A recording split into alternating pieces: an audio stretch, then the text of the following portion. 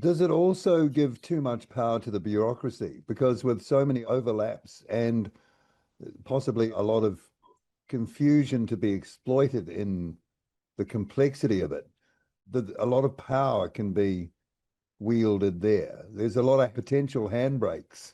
That's Before right. Murray Horn, who's a former Treasury Secretary and provided the forward to the report and participate in the webinar yesterday, he had a very good case study, and one he was obviously involved in and consulting with government in the past decade, looking at criminal justice, with the goal of reducing the incidence of offending and the seriousness of it.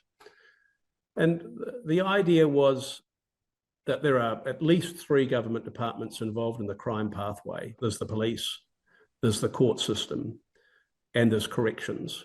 And you might fold the Ministry of Justice in there as well. And he was looking at how you can achieve better outcomes and focus your spending in the areas where the evidence suggests it matters the most. And that's what you'd do if you had a rolled up portfolio, a justice and law portfolio, and a justice and law department that included corrections, the police, and the courts.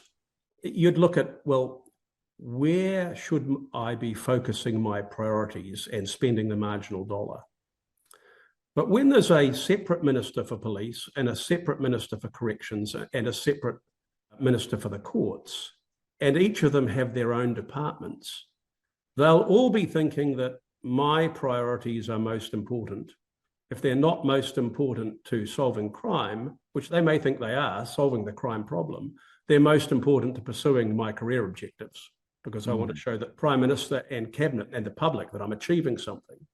And so you've got opportunities for pushback. The incentives are to do your own thing, and bringing the departments together in a coherent domain means there's one chief executive and there's one minister, and they can look at the evidence and they can make sure that they're spending in the right area, or at least they've got a better chance of that.